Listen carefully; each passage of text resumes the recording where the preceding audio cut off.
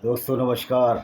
आज हमारी चर्चा का विषय है कि दुनिया में कितने ही भगवान हैं। 5,000 भगवान है, 6,000 भगवान है।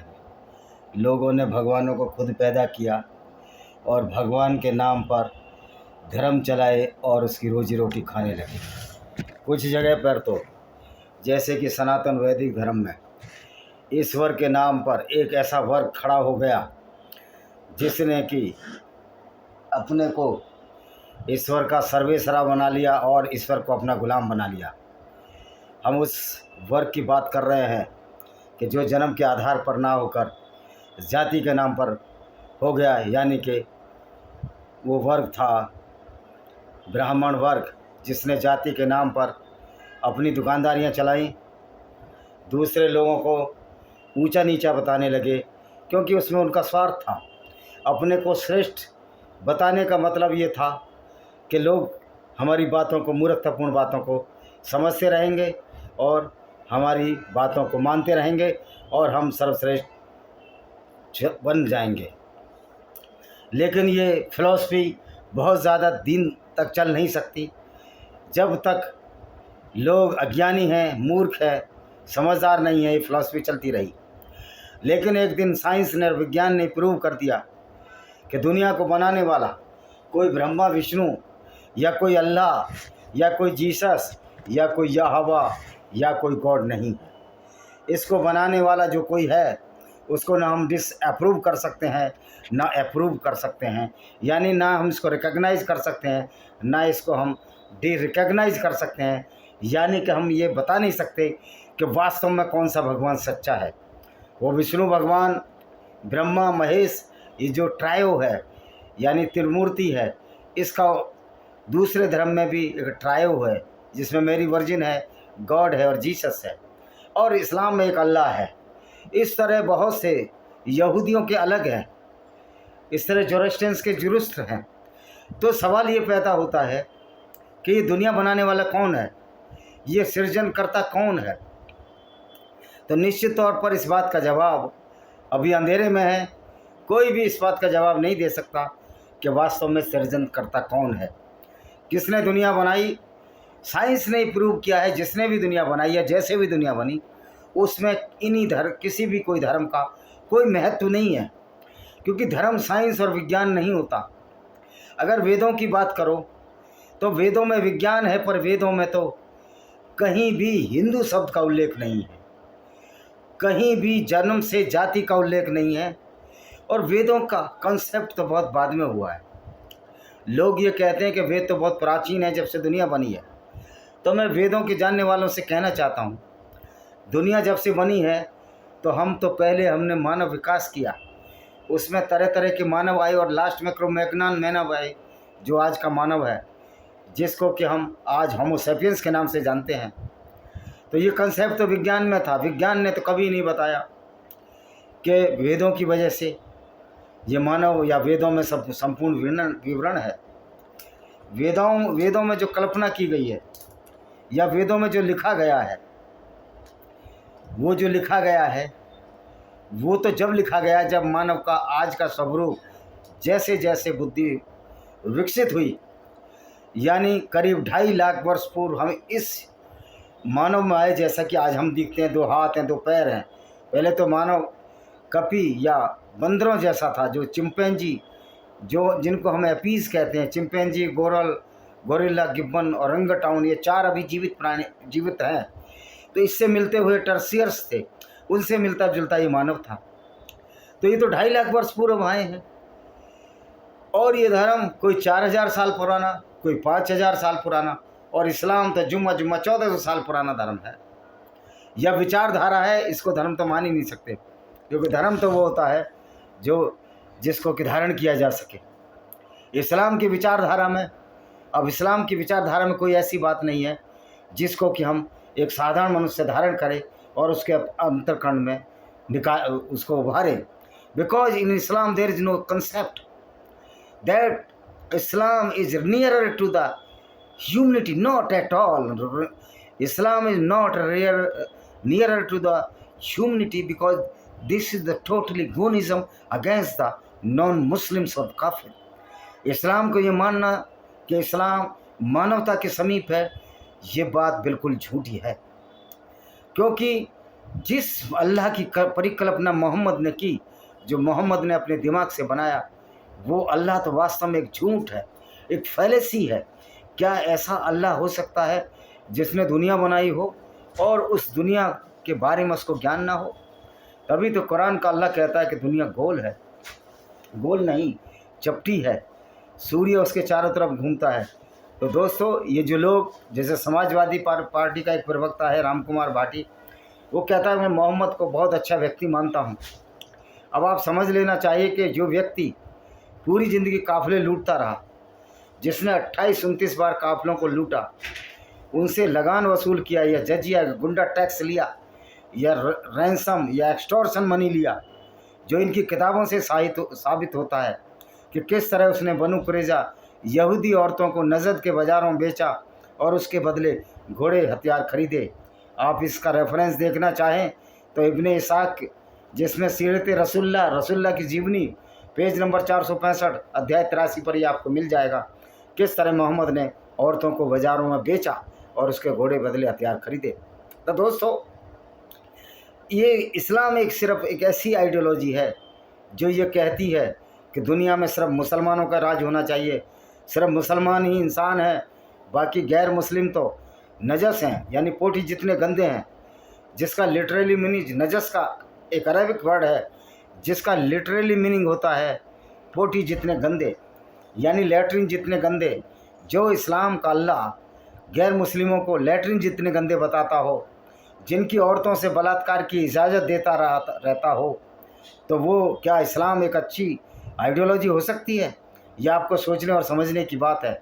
उस पर समाजवादी पार्टी के प्रवक्ता राम कुमार भाटी कहते हैं कि मोहम्मद का करैक्टर अच्छा है। अब समझ सकते हो कि ये व्यक्ति जो ये कहता है कि मोहम्मद का करैक्टर अच्छा है, उसको फॉलो करने वाला ये राम कुमार भाटी किस तरह के करैक्टर पर जा सकता है और किस तरह का ये कर सकता है। हालांकि भारतीय संविधान में इसके लिए दंड है, लेकिन बहुत से लोगों को इस बात का दंड नहीं मिल पाता है।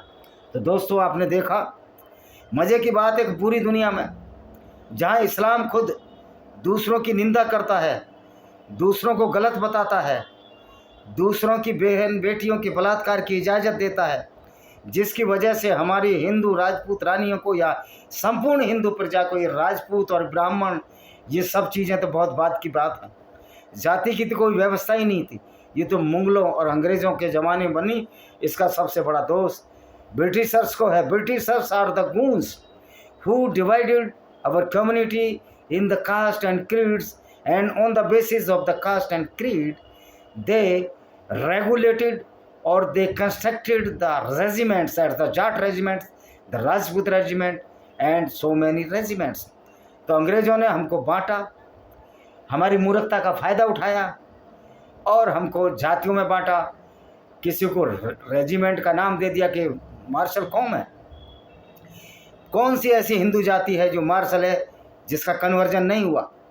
सारी जातियां मुस्लिम बनी, गुर्जर भी मुस्लिम बने, राजपूत भी मुस्लिम बने, जाट भी मुस्लिम बने। जितनी भी रेजिमेंट, हिंदू रेजिमेंट हैं, उनमें से सारे के सारे कन्वर्ट इस्लाम में हुए, सिवाय नेपाली और गढ़वालियों के, जहां हमेशा से हिंदू डोमिनेंस रहा है। तो ये फिर मार्शल कैसे हुए? ये सोचने समझने की बात है। पूरी कौम मार्शल कैसे हो सकती है?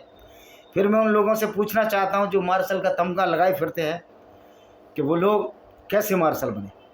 फिर उनके लोग जो मार्शल नहीं थे, मानिए तो पूरा जाति मार्शल नहीं थी, पूरी ग्रुप मार्शल नहीं था, फिर उसमें से कैसे मुस्लिम राजपूत बन गए? आज कायम खानी राजपूत पाए जाते हैं, पश्चिमी उत्तर प्रदेश में मुस्लिम जाट पाए जाते हैं, मुस्लिम गुजर पाए जाते हैं, घोसी मुस्लिम अहीर हैं, वो गडरिए मुस्लिम बकरवाल हैं वो, और या जिनको गद्दी भी कहा जाता है, सारे कन्वर्टेड लोग हैं। तो फिर जो इस्लाम दूसरों को जीने की इजाज़त नहीं देता, उसकी अपनी शर्तें थोप देता है। Either you have to embrace Islam और यू हैव टू डाई, और either you have to pay the extortion tax that is known as the जजिया। और ये कहता है कि या तो हमको जजिया टैक्स दो, गुंडागर्दी टैक्स दो, वरना आपको जीने का अधिकार नहीं है। तो आप ये समझ सकते हैं कि किस तरह इस्लाम ने पूरी दुनिया को बर्बाद किया। सबसे बड़ी बात है कि कैरेक्टर ये आई लव मोहम्मद के पोस्टर लगाकर बाहर निकलते हैं। मैं पूछना चाहता हूँ, आप ऐसे मोहम्मद को प्यार करते हैं जो एक सर्टिफाइड लुटेरा था, जिसने तबूक की लड़ाई में भाग लिया और वहाँ लोगों को बोला कि वहाँ ब्लॉन्ड आँखों वाली लड़कियाँ मिलती हैं, जो मदीना से 700 माइल्स उत्तर में था, जो कि एडजॉइनिंग जो बॉर्डर है यूरोप का और एशिया माइनर का इलाका, जहाँ आजकल तुर्की है, अकावा की खाड़ी है, जहाँ जॉर्डन है और लेबनान है, इस तरह की जो कंट्री है उसके आसपास के इलाके में ये खुद लड़ने गया। और वहाँ तबूक वालों ने बोला कि हमारी तो तुमसे कोई लड़ाई नहीं है। तो ये किस मुँह से कहता कि मैं औरतें लूटने आया हूँ? किस मुँह से कहता कि नीली आंखों वाली लड़कियाँ लूटने आया हूँ? तो ये था मोहम्मद का कैरेक्टर। और इस मोहम्मद ने पूरी दुनिया में, इस विचारधारा ने उथल पुथल ला दी, पूरी दुनिया को एक रंजो गम में डुबो दिया। और आज जो इस्लाम की तारीफ़ करते हैं, मैं उनसे पूछना चाहता हूँ, क्या अगर आप गैर मुस्लिम हैं, अपनी लड़कियों को मुसलमानों के हाथों बलात्कार करवाना चाहेंगे? क्या आप चाहेंगे कि आपकी 9 साल की बच्ची के साथ एक 54 साल का आदमी शादी करे?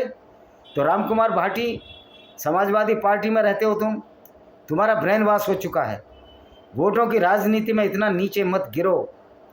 इंसानियत को शर्मसार करने वाले ये लोग हैं। उसका फ़ायदा ये बीजेपी पार्टी उठाती है। जब देखती है कि ये इस्लाम को या मुसलमानों को अपीज़ कर रहे हैं लोग, तो बीजेपी फ़ायदा उठाती है। और फिर बीजेपी का ब्लैकमेल, हिंदुओं का ब्लैकमेल ये बीजेपी करती है। तो बीजेपी भी कोई दूध की धुली नहीं है। ये हिंदुओं को ब्लैकमेल करते हैं, वो मुसलमानों को ब्लैकमेल करते हैं, लेकिन सच्चाई बताने को तैयार नहीं। आज आरएसएस ने मुस्लिम राष्ट्रीय मंच बना लिया है कि आरएसएस वाले ये बताएंगे कि इस्लाम क्या है, इस्लाम की समझ क्या है, कितनी कुरान में आयतें हैं, कितने चैप्टर हैं, उनको ABCD नहीं पता होगी। एक ख्याली दुनिया में जीने वाले आरएसएस के लोग ये कभी इस्लाम के खिलाफ क्रांति नहीं ला सकते। आज इस्लाम के खिलाफ, इस्लाम की विचारधारा के खिलाफ एक बहुत बड़ी क्रांति की आवश्यकता है। लेकिन गैर मुस्लिम गांजा पीकर, सत्तू पीकर सोए हुए हैं, उनको कोई फ्यूचर की चिंता नहीं है। और मुसलमान जो इस्लाम पर चलता है, जो जुमे की नमाज़ पढ़ता है, 5 वक्त की नमाज़ पढ़ता है, असर की, फजर की, ईसा की, जोहर की, और एक नमाज अब मेरे दिमाग से फिसल गई, असर, फजर, जोहर और मगरिब की नमाज़ पढ़ता है, 5 वक्त की नमाज़ पढ़ता है, जो 5 तरह के कलमे पढ़ता है। उसके दिमाग में ये ब्रेन वॉश कर दिया गया है कि मैं पूरी दुनिया में इस्लाम का परचम लहराना है। तो दोस्तों, ये इस्लाम का परचम तो अब नहीं लहर पाएगा, क्योंकि इस्लाम तो मोहम्मद ने चलाया, इस्लाम कोई अल्लाह ने नहीं चलाया। क्योंकि इस्लाम तो 1400 साल पहले, जो कहते इस्लाम शुरू से ही था। तो मैं पूछना चाहता हूँ कि जो मुसलमान थे शुरू में, वो क्या चिंपैंजी, गिब्बन, गोरिल्ला, औरंगटाउन के औलाद थे, बंदरों के नज़दीकी संबंधियों के रिश्तेदार थे? चाहे वो हिंदुओं का वैदिक धर्म हो, चाहे ईसाइयों का हो, ये सब 5000 साल, कोई 4000 साल, कोई 3000 साल, और इस्लाम सबसे नया 1400 साल। और उससे भी बाद में जो सिख पंथ, जो गुरुओं के नाम पर चला, ये 1699 में चला। कितने साल हुए इसको? 200-250 साल हुए हैं, 300 साल हुए हैं। और ये दम भरने लगे कि ईश्वर को हम जानते हैं। तो ये बात सत्य से परे है। अभी तक ईश्वर को किसी ने पहचाना नहीं है। ईश्वर एक हमने नाम दे दिया सृजनकर्ता का, हिंदी में किसी भगवान भी हम कहते हैं इसको, और अरबी में या हिब्रू में इसको यहोवा कहते हैं, अरबी में इसको अल्लाह कहते हैं। तो ये सिनोनिमस नहीं है, क्योंकि हिंदुओं का जो भगवान है वो तो वसुदेव कुटुंबकम की बात करता है। तो कल्चरली ये सनातन वैदिक धर्म को हम टॉप मान सकते हैं, क्योंकि ईसाइयत में भी लूत ने अपनी बेटियों के साथ बलात्कार किया, उनसे इंटरकोर्स किया। लोग कहते हैं ब्रह्मा ने भी अपनी बेटी के साथ किया। तो अगर ऐसा किया है तो ये ब्रह्मा को भी डिबंक करने का, खारिज करने का कारण बनता है। और ये ब्रह्मा, विष्णु, महेश तो हमारे दिमाग की उपज है। ये किसी ने भी, कोई ईश्वर आज तक प्रूव नहीं हुआ है। लेकिन इस्लाम की जिस बात पर हम गौर करते हैं, आप विचारधारा बनाइए लेकिन दूसरों को नुकसान ना हो। लेकिन इस्लाम दूसरों को नुकसान करता है। इस्लाम दूसरों के औरतों की इज्जत को तार तार करता है, दूसरों के धर्म को दूसरों के धन को लूटने की बात करता है, और उसमें 5वां हिस्सा मोहम्मद साहब का होता था। ये बात दुनिया को पता है। पूरी दुनिया इस्लाम के खिलाफ खड़ा होना चाहिए। अगर आप इस्लाम के खिलाफ नहीं खड़े हुए, इस विचारधारा के खिलाफ नहीं खड़े हुए, तो आपकी आगे आने वाली पीढ़ियों का भविष्य क्या होगा। मेरे मुस्लिम भाइयों से भी अनुरोध है कि आप लोग इस्लाम की सच्चाई को जानें और जानें कि आप ऐसे पैगंबर को, जो एक काफिर लुटेरा था, जो पूरी दुनिया को काफिर कहता था, लोगों को कत्ल करता था, क्या आप उसके साथ जाने को तैयार हैं? क्या चाहते हैं कि आपका पैगंबर एक लुटेरा, छोटी बच्ची शादी करने वाला पीडोफाइल हो? आज पूरी दुनिया राम कुमार भाटी जैसे मूर्खों से पूछना चाहता हूँ, डॉक्टर राम पुनियानी जैसे मूर्खों से पूछना चाहता हूँ, और आरएसएस के मूर्ख मोहन भागवत से पूछना चाहता हूँ कि मुस्लिम राष्ट्रीय मंच बनाकर क्या आपने इस्लाम को पढ़ा है? इस्लाम तो कहता है कि किसी गैर मुस्लिम के साथ दोस्ती नहीं करनी, उनसे दुश्मनी नहीं मानी है जब तक वो इस्लाम में ना आ जाए, या उसको कत्ल ना कर दिया जाए, या उस पर एक जजिया जो गुंडा टैक्स ना थोप दिया जाए, गुंडागर्दी का टैक्स, रंगदारी ना ठोक दी जाए।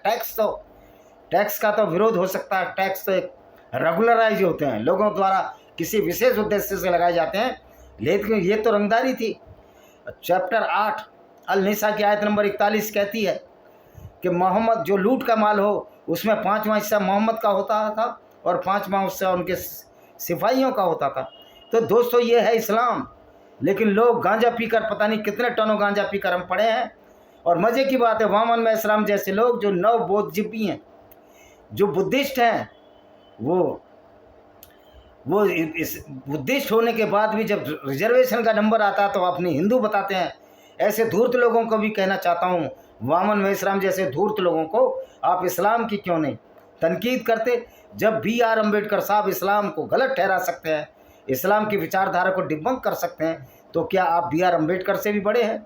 BR अम्बेडकर साहब ने ये कहा था कि पूरे मुसलमान हिंदुस्तान से जाने चाहिए, नहीं ये प्रॉब्लम देंगे। और आज वो बात सामने आ रही है, इस्लामिक विचारधारा से बात सामने आ रही है कि बहुत बड़ी प्रॉब्लमेटिक समस्या वाली विचारधारा है। अगर इस विचारधारा का उसके खिलाफ विरोध ना किया गया है तो विचारधारा हमको ख़त्म कर देगी।